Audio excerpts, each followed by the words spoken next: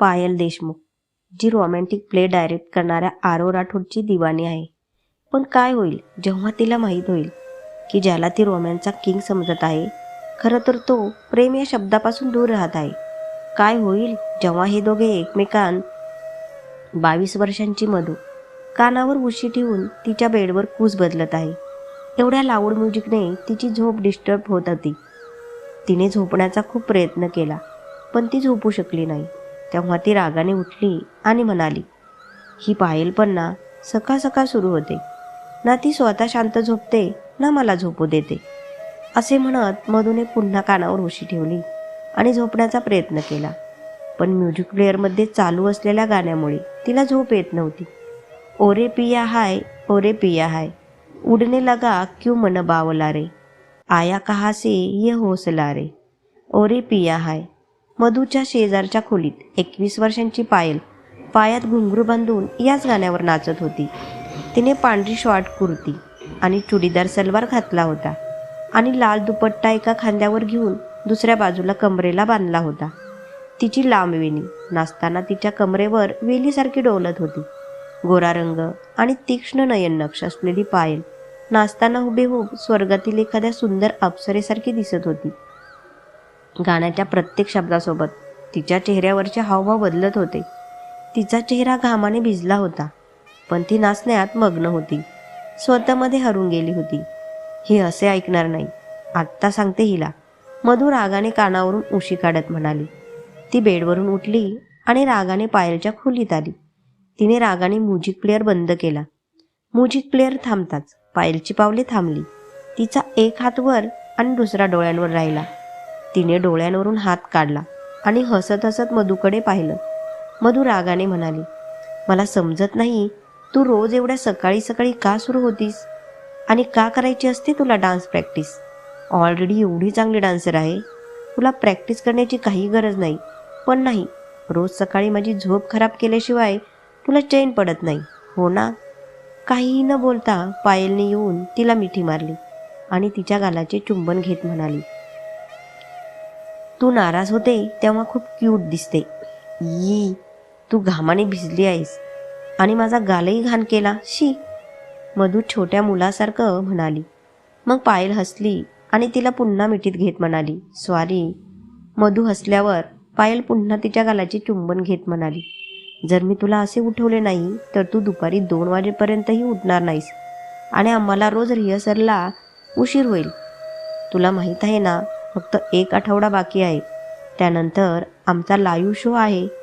पायल, तुला भीती वाटत नाही का? आपण पहिल्यांदाच लाईव्ह परफॉर्मन्स करणार आहोत.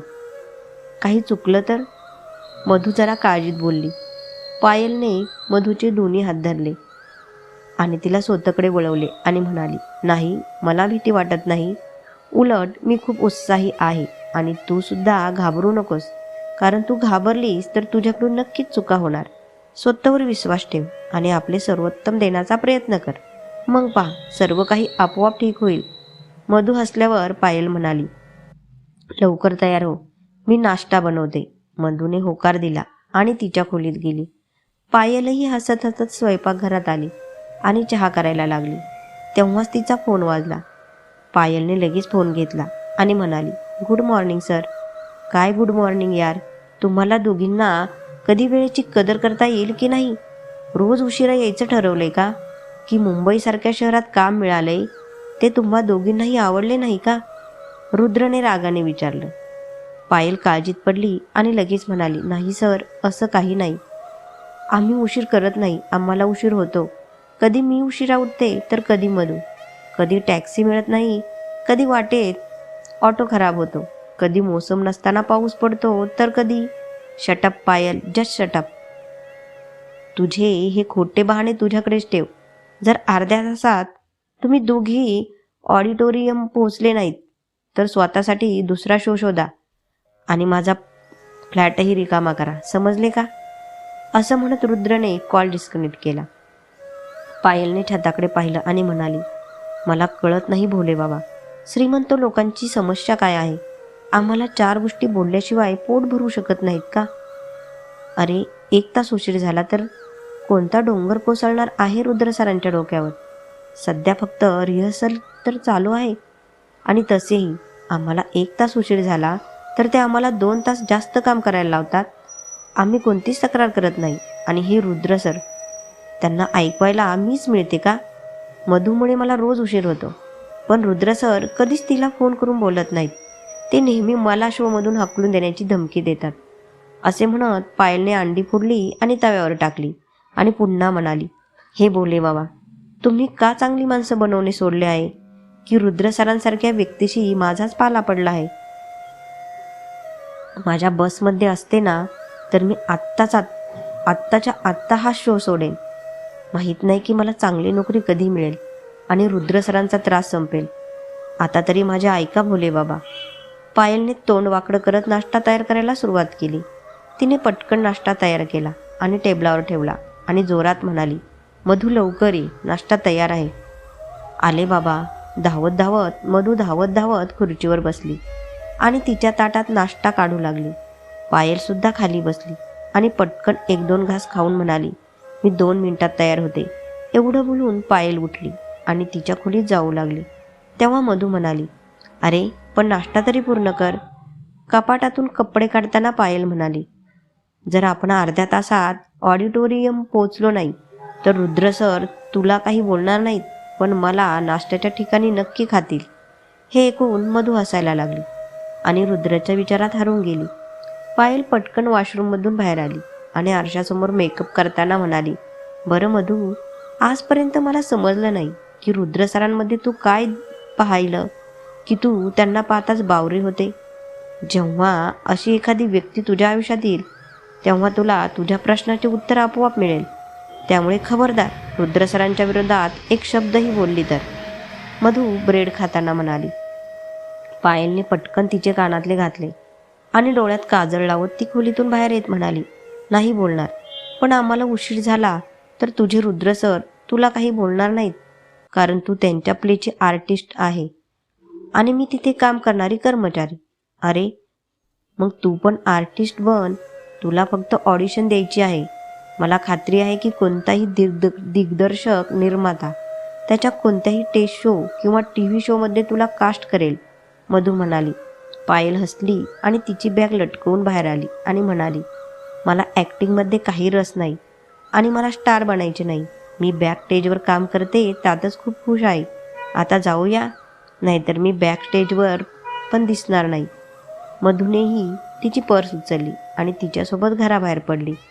पायलने घराला लॉक लावले तेव्हा मधू पुन्हा म्हणाली, पण पायल, मला वाटते की एक दिवस तू नक्कीच पडद्यावर दिसणार. तू बघ, एक दिवस एखाद्या गुरुदत्तची नजर तुझ्यावर पडेल आणि तो तुला वहिदा रहमानसारखा आकाशात चमकणारा तारा बनवेल आणि लाखो ताऱ्यांच्या गर्दीत तू दुरूनच सर्वांना दिसशील.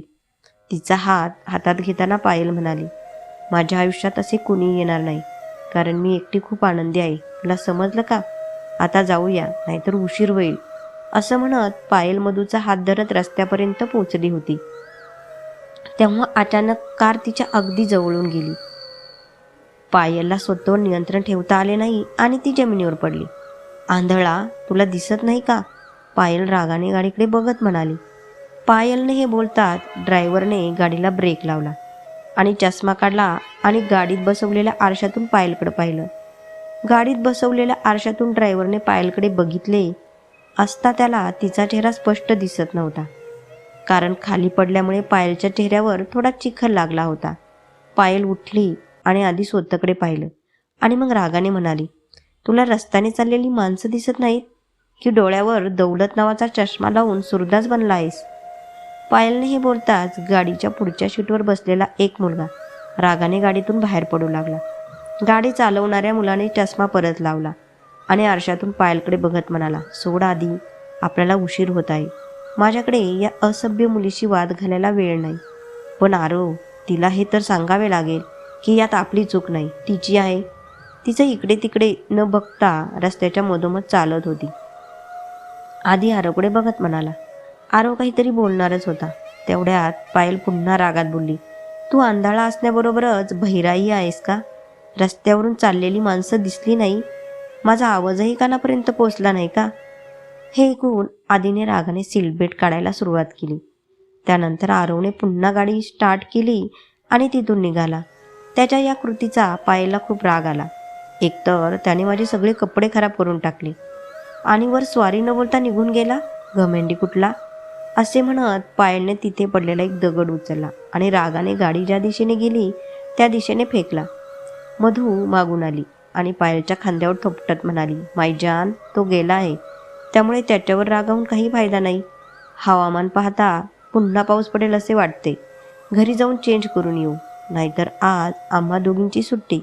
पायलने पुन्हा एकदा वरपासून खालपर्यंत स्वतःकडे पाहिलं आणि मग तिच्या गालावरच्या चिखलाला स्पर्श केला. मधू हसायला लागली. तू खूप सुंदर दिसत आहेस. त्या अनोळखी माणसाने तुझ्या सौंदर्यात भर घातली आहे. आता चल आंघोळ कर, ये. मधू पायलचा हात धरत म्हणाली. पायल लगेच म्हणाली, नाही मधू, तू ऑडिटोरियमला जा, नाहीतर माझ्यामुळे तुलाही उशीर होईल. मी पुन्हा तयार होऊन पोहोचेन, तू जा. नक्की? मधूने पायलकडे बघत विचारले. तर पायल लहान मुलासारखी उदासपणे म्हणाली, हो, तू जा, मी लवकरच येईल. तेवढ्याच समोरून येणारा ऑटो पाहून मधूने हात पुढे करून थांबवला आणि ऑटोमध्ये बसून पायलकडे बघत म्हणाली, रुद्र सरांचं टेन्शन घेऊ नको, मी त्यांना सांभाळीन, फक्त लवकर येण्याचा प्रयत्न कर. पायलने मान हलवली. तेव्हा मधू ऑटोत बसली आणि निघून गेली. ती निघून जाताच पायल रागाने घराकडे निघाली. ती म्हणाली, पायल, आज तुझी नोकरी कोणीही वाचू शकत नाही. तुला आधीच उशीर झाला होता आणि त्या घमेंडीमुळे तुला आता अजून उशीर होणार आहे. आणि त्या रुद्र सरांना माहीत नाही कोणत्या जन्माचं वैर आहे तुझ्यावर. आज तर ते तुला नोकरीवरून काढूनच टाकतील. हा सर्व प्रकार त्या गाडीवाल्यामुळे झाला आहे. भोले बाबाची शपथ, मला तो कुठेही दिसला तर मी त्याचा चेहरा ओरबाडील आणि केस पकडून त्याला असा फिरवील. पायलने तिची मूठ घट्ट धरली आणि ती स्वतःच वळली. तेवढ्यात तिच्या जवळून दुसरे वाहन तिच्या अंगावर पावसाचे पाणी उडवत गेले. पायलने स्वतःकडे पाहिले आणि आश्चर्याने तोंड उघडले आणि रागाने आकाशाकडे पाहिले आणि म्हणाली, आता आणखी काही काम राहिले असेल तर तेही पूर्ण करा भोले बाबा. पायलने हे बोलताच आकाशात जोरदार वीज कडाडली आणि जोरदार पाऊस सुरू झाला. पायलचे तोंड पुन्हा उघडले. ती रागाने म्हणाली, आज तुम्ही माझे बोलणे खूप पटकन ऐकले. मी तुम्हाला दिवसातून 100 वेळा माझ्यासाठी चांगली नोकरी मागते. आजपर्यंत तुम्ही ते ऐकले नाही. गेली 2 वर्ष रुद्र सरांचे रोजचे बोलणे ऐकते, ते तर तुम्ही ऐकत नाही आणि आज बोलताच ऐकले. मला तर वाटते रुद्र सर माझे शत्रू नंतर आहेत. सर्वप्रथम तुम्ही माझे शत्रू आहात. माझी नोकरी गेली ना तर मी खरं सांगते भोले बाबा, पुढचा 1 आठवडा मी तुम्हाला भेटायला मंदिरात येणार नाही. ऐकलं ना तुम्ही? असे बोलून पायल एकटीच बडबडत तिथून निघून गेली.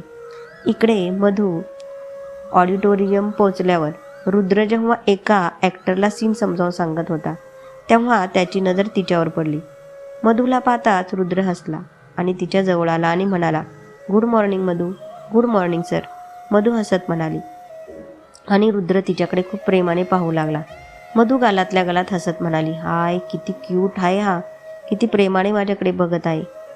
पण इडियट कधी याच्या पुढे जातच नाही. बाकी काही नाही तर निदान तो एवढं तर बोलू शकतो की मधू, मला तू खूप आवडतेस. पण नाही, त्याची गाडी अजूनही त्याच ठिकाणी अडकली आहे जिथे आम्ही 2 वर्षांपूर्वी पहिल्यांदा भेटलो होतो. माहीत नाही तो दिवस कधी येईल जेव्हा तो मला प्रपोज करेल. रुद्रनेही मधूकडे पाहिलं आणि मनात म्हणाला, हिला पाहताच माझी बोलती बंद होते. मी खूप विचार करतो पण हिच्यासमोर आवाज निघतच नाही. पण रुद्र, आज तरी बोल, नाहीतर उशीर झाला आणि तिचं मन दुसऱ्यावर आलं तर तू कुठल्या तरी देवळाची घंटा वाजवणार. बोल रुद्र, बोल. काही बोललात का सर? मधूने विचारले आणि रुद्र गडबडलेल्या स्वरात म्हणाला, नाही तर मी का काही बोलायला लागलो? मधू आश्चर्याने त्याच्याकडे बघू लागली. तेव्हा रुद्र म्हणाला, हो, मी म्हणत होतो की जा सामान ठेव आणि रिहर्सल चालू कर. आमच्याकडे खूप कमी वेळ आहे. हो सर, मधू आकडून म्हणाली आणि निघू लागली. ती निघून जाताच रुद्रने त्याच्या डोक्यावर तळहाताने मारले. हळूच चालत चालत मधू मनात म्हणाली, चला, काही बोलले नाही पण कमीत कमी त्यांनी पायलबद्दल विचारलं तर नाही. मधू, पायल कुठे आहे? रुद्रने तेवढ्यात विचारले. रुद्रने असे विचारले असता मधूची पावले थांबली आणि तिचे डोळे मोठे झाले. ती मनात म्हणाली, अरे देवा, आता मी पायलला कसे वाचू? काहीतरी विचार कर मधू, काहीतरी विचार कर. तेवढ्यात रुद्र आला आणि मधूच्या समोर उभा राहिला आणि त्याने मधूकडे बघून विचारलं, मी तुला काही विचारलं मधू? पायल कुठे आहे? रुद्र हे बोलताच मधू हसत म्हणाली, ती सामान ठेवायला लॉकर रूममध्ये गेली आहे. मला तुमच्याशी एकांतात बोलायचं होतं म्हणून मी लगेच इथे आले. तुला बोलायचं होतं, मग का नाही बोललीस? रुद्रने विचारलं. मधू हसली आणि 2 पावलं चालल्यावर थांबली. तिने रुद्रकडे तिरकस नजरेनं पाहिलं आणि म्हणाली, इथे नाही, चला कॅन्टीनला जाऊया. मधूने हे बोलताच रुद्रला खूप आनंद झाला. मधूने वळून त्याच्याकडे पाहिलं आणि म्हणाली, आज घाईघाईत मी ना कॉफी प्यायली ना नाश्ता केला. मला खूप भूक लागली आहे. तुमची काही हरकत नसेल तर कॅन्टीनमध्ये जाऊन काहीतरी खात बोलूया? हो हो, नक्की जाऊया, रुद्र पटकन म्हणाला. आणि मधू लगेच त्याचा हात धरून म्हणाली, चला जाऊया. रुद्रने ताबडतोब त्याच्या हाताकडे पाहिलं आणि मग मधूकडे पाहून हसला आणि मग मधूसोबत कॅफेच्या दिशेने निघाला. इकडे ब्लू जीन्स आणि व्हाईट टॉप घातलेली पायल हातात छत्री घेऊन रस्त्यावर ऑटो किंवा टॅक्सीची वाट पाहत होती. पण तिला दोन्हीपैकी काहीही मिळत नव्हते. पाऊस इतका जोरदार होता की तिला जेवढ्या ऑटो आणि टॅक्सी दिसत होत्या त्यात आधीच प्रवासी असायचे. ती मनात म्हणाली, पायल, आता एकच मार्ग आहे. कोणाकून तरी लिफ्ट घेऊन ऑडिटोरियम गाठावे लागेल. ती एवढं बोलली होती की तिच्या फोनची बीप वाजली. छत्री सांभाळत तिने फोनकडे पाहिली. तो मधूचा मेसेज होता. तिने मेसेज वाचायला सुरुवात केली. प्लीज पटकन पोहोचण्याचा प्रयत्न कर. मी रुद्र सरांशी बोलून कॅन्टीनला घेऊन आली आहे आणि मी त्यांना सांगितले आहे की तू पण आली आहेस आणि लॉकर रूममध्ये बॅग ठेवायला गेली आहेस. प्लीज काहीही कर आणि पटकन पोच. सर स्टेजवर पोचण्यापूर्वी. पायलने एक दीर्घ श्वास घेतला आणि उजवीकडून येणाऱ्या गाडीकडे पाहिले.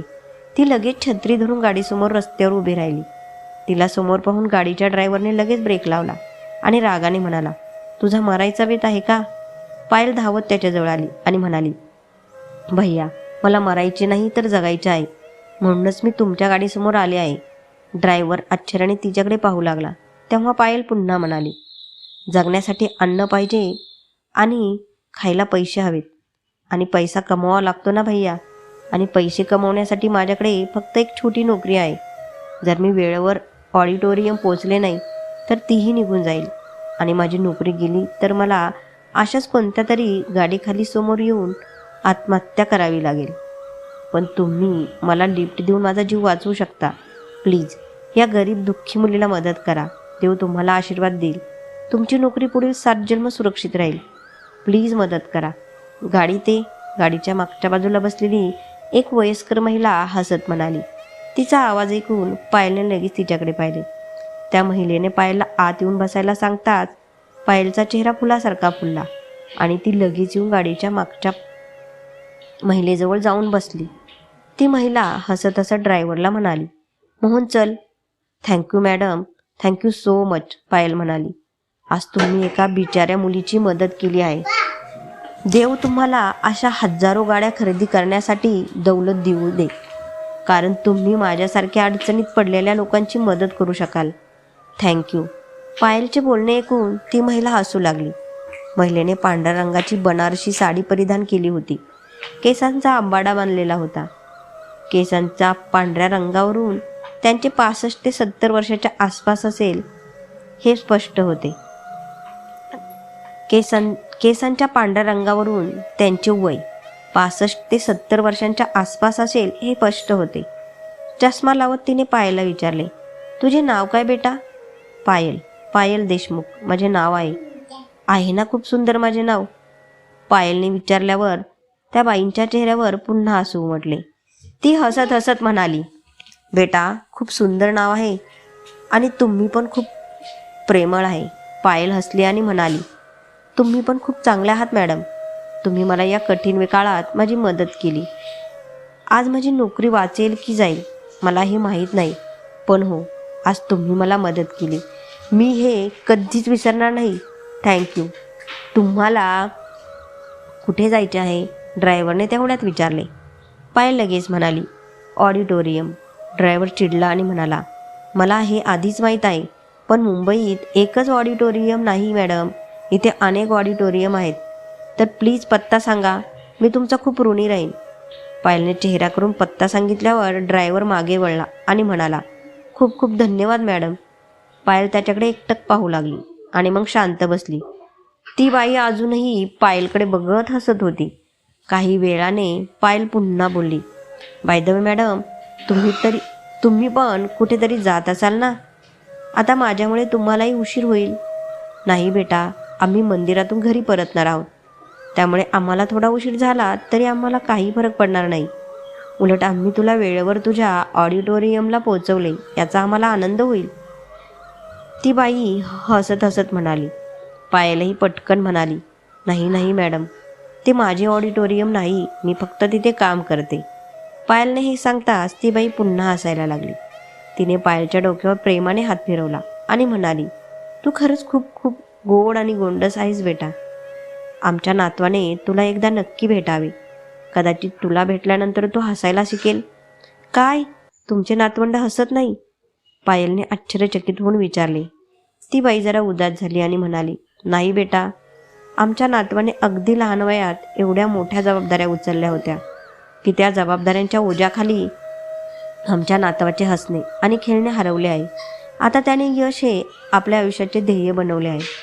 तुझ्यासारखी सुंदर मुलगी त्याच्या आयुष्यात यावी आणि त्याला पुन्हा हसायला शिकवावे अशी माझी इच्छा आहे.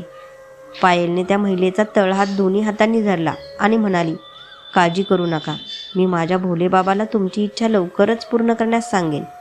माझे भोलेबाबा सर्व काही ठीक करतील आणि मग तुमच्या नातवाचे हसणे लवकरच परत येईल.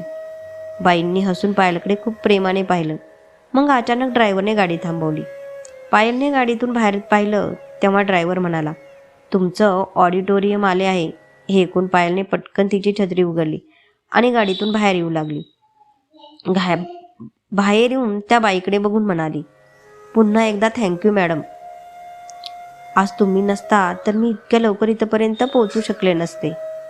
हे ऐकून ती महिला म्हणाली, तू नंतर माझे आभार मानू शकते, पण आधी जा आणि तुझी नोकरी वाचव. यावेळी ते अधिक महत्त्वाचे आहे. तुम्ही एकदम बरोबर आहात मॅडम, मी निघते, बाय. असं म्हणत पायल ऑडिटोरियमच्या आत धावली. तिला जाताना पाहून ती बाई हसली आणि मग ड्रायव्हरला म्हणाली, चल मोहन. Yes madam. असं म्हणत मोहनने गाडी पुढे सरकवली. इकडे मधू आणि रुद्र कॅन्टीनमध्ये बसले होते. मधूने तिच्या सँडविचचा एक शेवटचा घास हातात धरला होता. त्याच्याकडे बघत ती मनात म्हणाली, माहीत नाही पायल पोचली आहे की नाही.